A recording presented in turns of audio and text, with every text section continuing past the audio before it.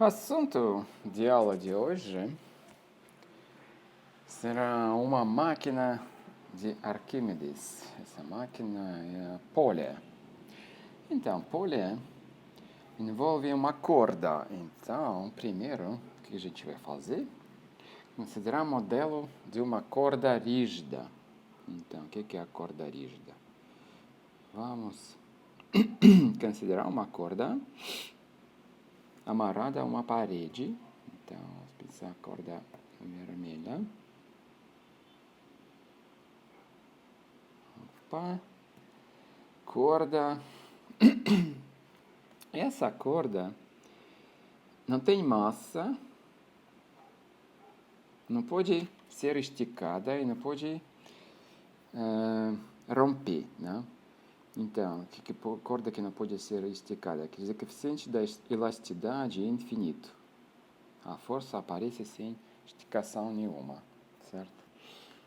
Então, se você agir num dos lados dessa corda, força F, né? Vamos dizer, força F1. E corda é parada, então a parede deve agir com a força F2, no sentido contrário. Certo? Mas o mesmo acontece em qualquer seção imaginária dessa corda em duas partes. Então, imaginamos que nós cortamos a corda assim que uma parte fica dentro desse retângulo traçado, né? Parte 1. E parte 2 fica fora. Parte 1 da corda fica parada, né? Então, a força que parte 2 age sobre parte 1 deve ser igual a menos a força F1, certo? Porque parte 1 é parada. Parte 2 sofre a força da parte 1, que é igual para a terceira lei de Newton, exatamente menos que parte 2 age sobre parte 1. E pela primeira equação, esse deve ser F1. Então, quer dizer, a força F1 externa nesse lado da corda é transferida nesse ponto aqui da seção imaginária, também a força F1. Que essa parte da corda 1 age sobre a corda 2, parte 2, certo? Então, é claramente isso transferido, essa força transferida ao longo do comprimento da corda. Então, vale a pena, nesse caso, introduzir o que se chama tensão da corda. A gente vai usar a letra T nesse curso. Essa é um módulo da força aplicada a qualquer dos lados da corda. Corda rígida, não se estica. Né? Quer dizer, e com que seção dessa corda, no nosso desenho aqui, né? A força que um lado da corda haja sobre o outro lado, quer dizer, nossa seção imaginária, e tem módulo igual a T também, certo? Isso parecia óbvio, né? Mas agora a gente vai considerar um caso um pouco mais complicado da corda e uma superfície, certo? Então, vamos pensar que uma corda passa uma superfície. Então, imagina, esse é a nossa superfície, quer dizer, a parte da superfície. Vamos pensar que esse é um objeto assim, fixo, por exemplo, com pregos aqui. Esse objeto é em 3 dimensões. Ele é um tipo de objeto que tem uma superfície ortogonal ao plano desse quadro, né? Plano, quer dizer, o plano que ele tem 3 dimensões e terceira dimensão, quer dizer, ele se assim, ó. Certo? E passamos uma corda de um lado ao outro. Quer dizer, a corda passa na superfície e sai do outro lado. Certo? Esse é o nosso corpo que é parado. E imagina que num dos lados, esse lado 1, esse lado 2 da corda rígida, certo? É aplicada uma força F1. Então, qual a força deve ser aplicada no lado 2? Então, essa força é aplicada, quer dizer, na direção da corda. Quando ela sai da superfície, ela tem uma direção, né? A corda fica na superfície, sem espaço entre a superfície e a corda. Quer dizer, ela repete a curvatura da superfície. Qual a força 2 deve ser aplicada no outro lado da corda para a corda ser parada? A corda não estica, a corda rege. Segundo. Essa pergunta tem resposta que depende da força do atrito entre a corda e a superfície. Então, no nosso curso, a gente vai considerar somente a corda que não tem força de atrito nenhuma, qualquer superfície que ela passa. E a resposta agora será definitiva sobre a força F2. Pelo menos o módulo, quer dizer, a direção da força F2 depende do desenho, quer dizer, da geometria do problema, dessa superfície. Mas o módulo não. A gente vai mostrar que o módulo da força 2 é o mesmo que o módulo da força F1. Que esse módulo é também a tensão de toda a corda, toda a superfície, todo o comprimento dela. Do mesmo jeito como a gente viu no exemplo na página anterior. Onde a corda era reta, agora a corda não é mais reta, ela tem essa curvatura da superfície. Por que isso deve ser assim? Então, vamos pensar essa força F1. Ela aplica uma parte dessa aqui, que é a reta da corda. Então, essa força transferida, vamos também traduzir tensão, que é o módulo dessa força, simplesmente. Nossa definição da tensão, T. Então, a força que essa parte da corda vai aplicar no resto da corda é T, certo? O módulo T é a direção ao longo da corda, nesse ponto, certo? Ponto da seção imaginária. Depois, o que vai acontecer com essa tensão? Eu vou dizer que ela vai ser transferida ao longo do comprimento da corda até que ele saia nesse ponto nesse lado da corda e o módulo da força F2 também vai ser o T. Isso que é a pergunta. Vai ser ou não vai ser? Vai ser. Vamos ver isso. Vamos pegar uma parte da corda, fazer um corte assim, imaginário. Peguei uma parte pequena da corda, da extensão ΔL, certo? Comprimento ΔL. Quando esse ΔL é pequeno, mesmo que a superfície não é reta, essa parte da corda pode ser considerado reto, certo? Então, supomos que no lado, esse lado aqui, tem uma tensão T.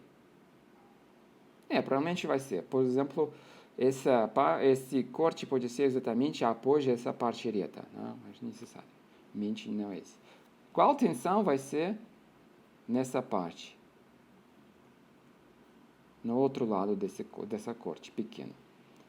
Mas quais forças agem nessa parte da corda? Agem T com vírgula, quer dizer, tem duas forças que ao longo da corda, quer dizer, em sentidos opostos. Então, vai ter T aqui, vai ser o T. Esse é o nosso ΔL, parte da corda. Ele é aproximadamente reta, e por isso são forças nos sentidos contrários. E que há mais? Força de reação da superfície. E como eu falei que atrito não tem, a única força de reação pode ser a força perpendicular à corda e que depende desse comprimento da corda, ΔN, certo? Então, quando o comprimento é pequeno, essa força é pequena e vai para o zero quando isso vai para o zero. Isso é o limite quando a corda é mais ou menos reta. Quando essas forças T e T com vírgula, exatamente são alinhadas na mesma linha. Se não, eles aproximadamente alinhadas, a diferença entre essas forças é ΔN, certo? Então, o T, pensando T como os vetores, certo? Mais T com vírgula, mais ΔN, claramente é zero. Essa parte da corda é parada, certo? Mas quando o comprimento é pequeno, esse é aproximadamente zero, esses são alinhados aos sentidos contrários. Isso que quero dizer, que pensando fazendo cortes imaginários ao longo do comprimento da corda, nós demonstramos que a tensão ao longo da corda é a mesma, certo? Que a gente pode pegar cortes muito pequenos, quer dizer, ΔL vai para zero, e nesse limite a gente vai observar que a tensão aplicada a um dos lados, devido à força F1, transferida ao outro lado, então ao módulo da força F2 deve ser também T. Isso quando não tem atrito, porque se fosse atrito, poderia ser uma força a mais nessa equação. E força de atrito vai influenciar a diferença entre duas forças, certo? Bom. Então, quando não tem força de atrito, isso implica que a tensão vai ser a mesma. Então, se fosse força de atrito, o que poderia acontecer? Quando esses módulos da força F2 e F1 não são mesmos, tem pequena diferença, a corda pode deslizar ao longo da superfície. Certo? Mas ela vai começar a deslizar se a diferença superar a força de atrito estático, lembra, né? Então, é por isso que a força de atrito deve ser zero para essas forças aplicadas nos dois lados de uma corda, mesmo passando uma superfície arbitrária, o módulo dessas forças deve ser o mesmo. Quer dizer, a força, a tensão da corda, em qualquer ponto de tensão imaginário da corda, vai ser o mesmo, e vai ser um módulo de força aplicada a um lado da corda. Isso é a conclusão geral. Agora vamos considerar o que se chama a polea, a máquina de Arquímedes. Então, Arquímedes é um filósofo e cientista grego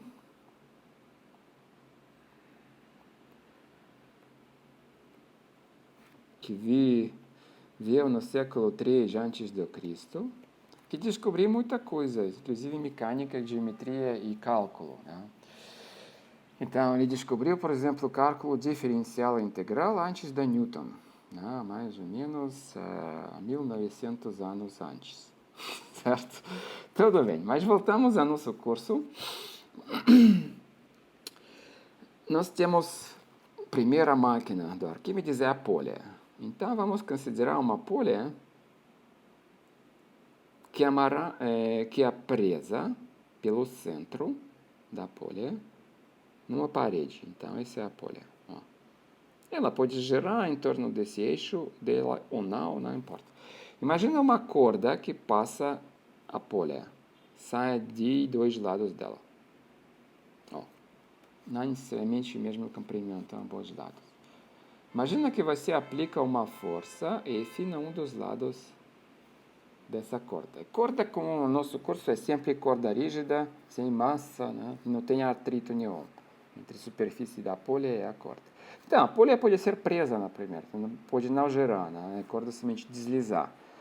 Então, qual a força deve ser aplicada no outro lado da corda para a corda ser parada? Então, a gente já lembrando o nosso princípio, que a tensão, qualquer seção da corda deve ser a mesma, igual ao módulo de força, uma força aplicada a um lado da corda, e deve ser o mesmo que a outro, certo? Então, o módulo dessas forças é o mesmo, e pelo desenho o comprimento é o mesmo, o sentido é o mesmo, que a direção é a mesma, pela nossa geometria. Certo? Então, essa é a nossa polea. Agora, para que serve essa polea? Vamos pensar, levantar um peso usando essa polea aqui.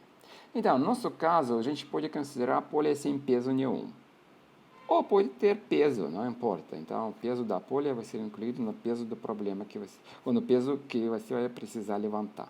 Então, você precisa levantar um peso. O que você vai fazer? Você vai usar uma polea, aqui, passar uma corda. Então, essa parte reta é a corda que passa a polea e aqui.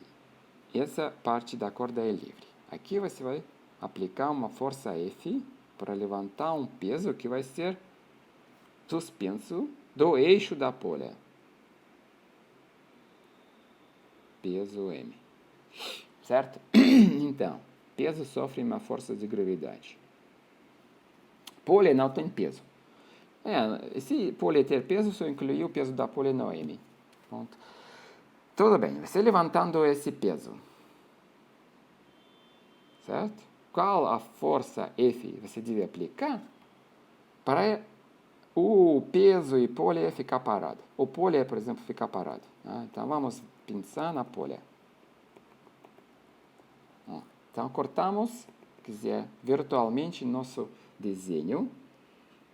Assim que a polea é nosso objeto, nosso corpo, que nós consideramos, quais forças aplicadas à polea? A força de gravidade, nesse sentido, e duas forças F, porque a tensão da nossa corda é a mesma, então a outra força F vai ser aplicada no outro lado da corda, porque a tensão é a mesma, e pela geometria, a direção também é a mesma, então 2F. Isso deve ser o zero, equilíbrio, né? Então nós temos que F igual, quer dizer, o módulo da F igual M do G sobre 2. E essa é a nossa tensão da corda, tensão, quer dizer, tensão na corda. Certo? Então, para levantar um peso usando polea, você precisa somente aplicar a força metade do peso. Então, lembra que o peso é mg no nosso curso.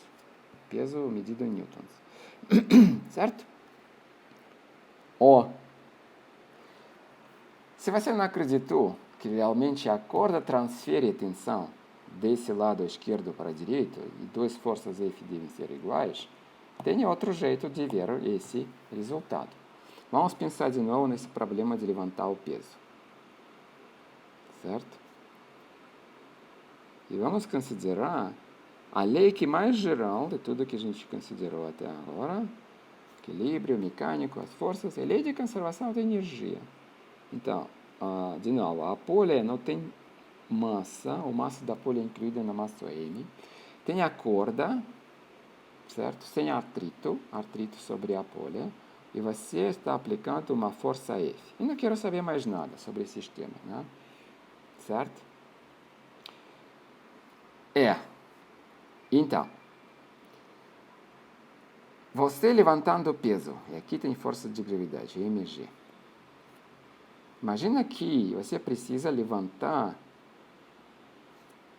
o peso devagar, sem aumentar a velocidade dele, quer dizer, a energia cinética do peso você não aumenta, a velocidade é zero. Você levanta devagar, que a energia cinética é zero, até uma altura ΔZ, altura vertical. Então, eixo Z, né? Essa é a altura ΔZ, que você quer levantar o centro da polea, né? Então, o centro vai ficar nessa linha traçada, certo? Para fazer isso, qual comprimento da corda ele deve passar pelo lado esquerdo, que você deve liberar onde você está pulando com força F, aqui, nesse lado aqui, certo? Qual comprimento? Então, claramente, essa parte da corda, e essa parte deve sair para lá. Então, vai ser 2 ΔZ, certo? Então, como que a força, no sentido do movimento você aplica força nesse lado da corda. Esse ponto que você considera, ele vai para cima, certo? No comprimento L. Então, F no L vai ser o trabalho que você vai fazer levantando esse peso, certo? Esse trabalho é F2, F na ΔZ, né? Pelo nosso L. Esse trabalho faz o quê? Aumenta a energia. Qual? Potencial do peso. Lembra, eu falei que faz trabalho devagar, o peso não aumenta a energia cinética. A velocidade inicial final é zero. Então, esse trabalho aumenta a energia cinética a energia potencial do peso. E essa energia potencial é mg na altura ΔZ, esse aumento da energia potencial. A única massa que se levanta é m, massa da polea é zero. Então, pela lei de conservação da energia, usando aqui nosso trabalho isso, nós achamos que a força igual a mg sobre 2. O mesmo resultado. Então, a lei de conservação da energia necessita que a força deve ser metade do peso. Nesse caso, a gente não considerou atrito entre a corda e a polea. E por isso que nós, no modelo anterior, nós consideramos realmente que não tem atrito. Se fosse atrito, parte do seu trabalho iria para a energia interna da corda e a polea, certo? Quando não tem atrito, tem essa lei para a força que você deve aplicar. Tudo bem? Tudo bem. Então, nós consideramos uma polea só. Vamos considerar agora realmente há máquinas com mais do que uma polea. Como é que tratar esses casos? Então, vamos considerar 2 exemplos, né? Vamos adicionar mais uma polea. Vamos considerar 2 poleas agora. De 2 jeitos diferentes. Então, vamos pensar que nós temos uma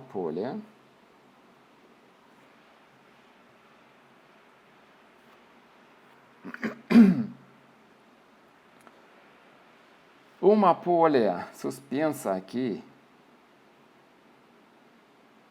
no teto, certo? Nossas poleas são, quer dizer, o mesmo, de mesmo tamanho, mas isso não importa. Então, nós temos uma corda que passa essa polea. Um lado dessa corda é fixo num haste, quer dizer, uma haste. E o outro lado da haste, tá, quer dizer, fixa aqui. O outro lado da haste fixa na outra, fixa a outra polea. Aqui no centro da outra polea. Certo? A corda passa a outra polea e sai desse lado. Ó, e desse haste aqui, suspensa um peso. Agora temos 2 poleas, certo? Corda de novo sem atrito e corda rígida. Então, como é que a gente já sabe que a corda rígida sem atrito transfere tensão? Se nós aplicamos uma força, eu vou notar essa força T, mas a gente sabe que T esse simplesmente é o módulo da força. E o flecha vai ser a direção dela. Então, se nós pegamos agora qualquer seção da corda, a tensão vai ser a mesma, T. Então, tudo bem, vamos usar uma força F aqui, e T vai ser o módulo dessa força, certo? Então, o módulo dessa força é T. Certo? Agora, qual força F deve ser em respeito ao peso, tá? Quer dizer, o módulo dela. Respeito ao peso, dividido por que valor? Nesse desenho. Para o sistema ser parado, certo? Ou quando você levanta devagar, como assim, força F, um peso M.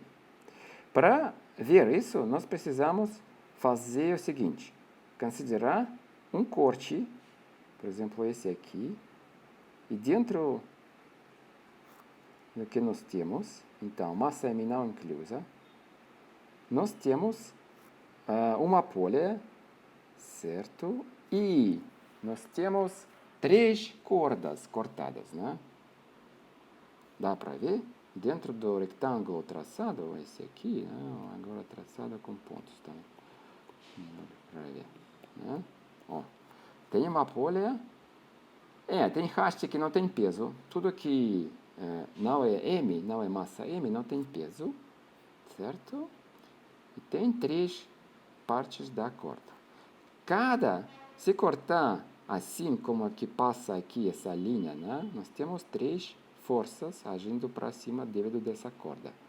3 dessas forças têm o mesmo módulo T, certo? Porque a tensão da corda é a mesma. Então, nós temos que 3T é igual a mg, certo? Porque cada desses T é para cima, certo?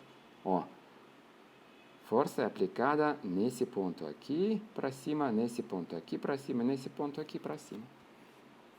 Então, nós temos T igual mg, tensão da corda, então, a força que você deve aplicar é o peso sobre 3. Tudo bem? Então, usando duas polhas, nós conseguimos diminuir o peso sentido pela você levantando com essa força F. Força F, terceira parte do peso. Tudo bem? Então, um jeito errado de fazer isso, por exemplo, fixar segunda corda no teto. Se nós fixamos uma corda no teto assim, outra corda nós fixamos o peso, M, certo? No eixo. Nós passamos como antes. Essa corda vai, desenho um pouco desequilibrado, né? Ó, se passamos corda assim, também tem duas. Então, esse desenho 1, desenho 2. Desenho 2, diferente do desenho 1, não vai ter essa fórmula. Vai ter a T igual a mg sobre 2. Por quê? Porque se nós cortamos aqui essa polha de novo, nós temos duas cordas saindo para cima e uma mg para baixo. Certo? Quer dizer, tensão, tensão, para cima, para cima. Então, nós temos T igual a mg sobre 2. Então, esse é no desenho 2. Esse é no desenho 1. Certo? Então, dependendo como que você suspende peso, usando duas polhas, você pode diminuir peso em 2 vezes ou em 3 vezes, né? Lembra que uma polha você diminui peso em 2 vezes. Qual a diferença essas duas polhas daquela uma polha? A força direcionada aqui para cima, para baixo. Lá com uma polha, quer dizer, você corta aqui, dispensa essa polha e aplica a força para cima. Tudo bem? Então, mais polhas. Você pode considerar também cortando 3 polhas, 5 polhas, fazendo esses cortes que inclui uma força aplicada devido ao peso e você corta algumas partes da corda, né? Tantas partes que você corta. Então, você corta N partes da corda no T, né? Igual ao peso. Então, você diminui N vezes, dependendo quantas partes da corda estão cortadas para equilibrar o peso. Nesse desenho 1 era 3 pontos, onde você corta no desenho 2, corta em 2 pontos. Então, isso que é toda a diferença. Tudo bem? Então, nós consideramos nessa aula uma corda rígida sem atrito. Isso é importante. Com atrito, tudo isso pode mudar, porque precisa ainda adicionar a força de atrito, mesmo quando tudo é parado. Tem atrito devido antes do começo do movimento, atrito estático. Sem atrito, sem corda rígida que não rompe, não tem massa, e o que ela faz? Ela transfere tensão de um lado para outro. Então, tensão e o módulo da força aplicado a qualquer lado da corda ou qualquer seção imaginária. Usando isso, usando a polha, a gente pode diminuir o peso sentido no problema de levantar o peso. Essa era a máquina inventada por Arquímedes. Próxima aula a gente vai considerar outra máquina, também atribuída a Arquímedes, que se chama avalanca. Certo? A gente vai considerar isso. Próxima aula.